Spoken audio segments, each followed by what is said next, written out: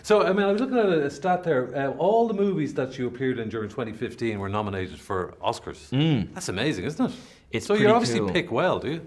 I think I pick okay. And then there was a few that came out last year that all did pretty well, so that I was pretty proud of. So I've had a good run of it. I've been lucky. And when you know the way you hear actors saying, well, the script came through the door and whatever, is that the way it really happens? I mean, I heard a story about Christopher Nolan saying that he sent a script to Michael Caine, I think, and he actually said, I'll be back in 2 hours to collect it. He hand-delivered it. That's right. I heard that story. That's never happened to me. No one's ever hand-delivered me. But from a security point of view, they don't want them getting into the wrong hands. On Star Wars, you're never allowed a script. Yeah. I mean, you have to. It's on a reader in a room, and you have to go in and log in and read it in the room, and then leave and kind of try and make your notes when you can. So that's the only one that's been that security. And that was even when you get you've already got the gig. You've got the gig. You're not allowed to keep a script. I'm not allowed to keep a script. I'm sure Adam Driver's allowed to keep a script, but I'm not. I'm too far down the cast list. But it's kind of that stuff has kind of gotten a little bit strange at this point. But in a previous radio station I used to work on, I used to have this character who used to ring me up,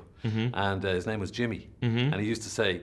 You used to hear him banging on the window. He go, get out of that garden, right? And you're playing a part a little bit like that in this new film, Peter Rabbit. Very much so. Never quite in that accent, but yeah. They made me go full English on it. But there's a lot of get out of that garden in this. Yeah.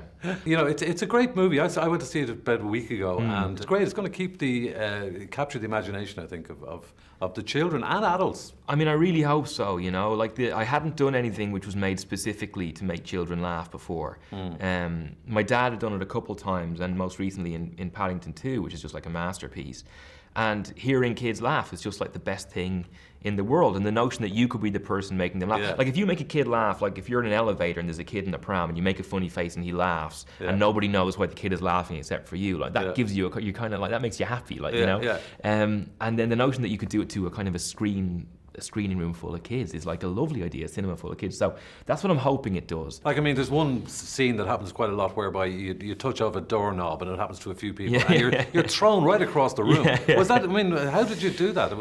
Was it sore? They did, some of it was sore. We did extensive rehearsals, and then with me getting blasted into stuff on pulleys and all that sort of thing.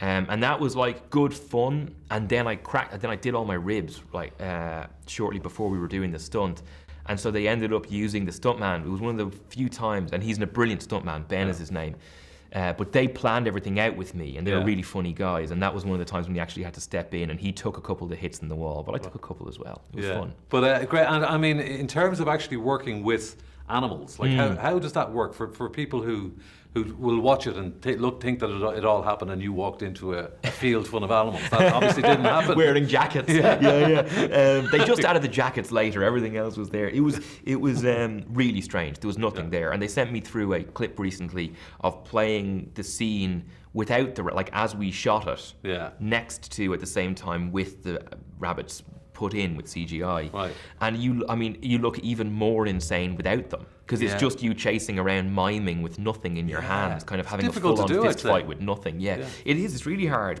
And I didn't go to drama school, so I hadn't done any mime or anything like that. But it was great fun. Like, when you felt it worked, when you got the one where you felt all the timing was right on that one, you were like, oh man, that might be funny. It was kind of nice, you know? What's next? What's anything else in the pipeline that we're going to... There's only one other thing in the pipeline, and that's a film that I did with Lenny Abrahamson in the summer. Oh, he's usually good. He's always good. Yeah, always good. I think he's the best we have, you know? Yeah. He's a master. And so it's a film called Little Stranger. It's kind of a ghost story, very atmospheric, very heavy feeling, and quite scary, I think. So yeah, that's next up. That'll be out in the summer. And finally, your first concert was Oasis, apparently. Yeah. But you also have a kind of a guilty pleasure on, Hey There Delilah by the Plain White T's. So I'm going to give you a choice. Which would you like to hear on the radio, on national radio?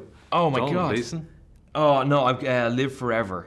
Live Forever by Oasis. By Oasis. I sat next to Liam Gallagher last week at a thing. Did you? Yeah, I couldn't handle it. Really? I wasn't good. He made a joke and I laughed too loud, and now we're never going to be friends. That's it. Yeah.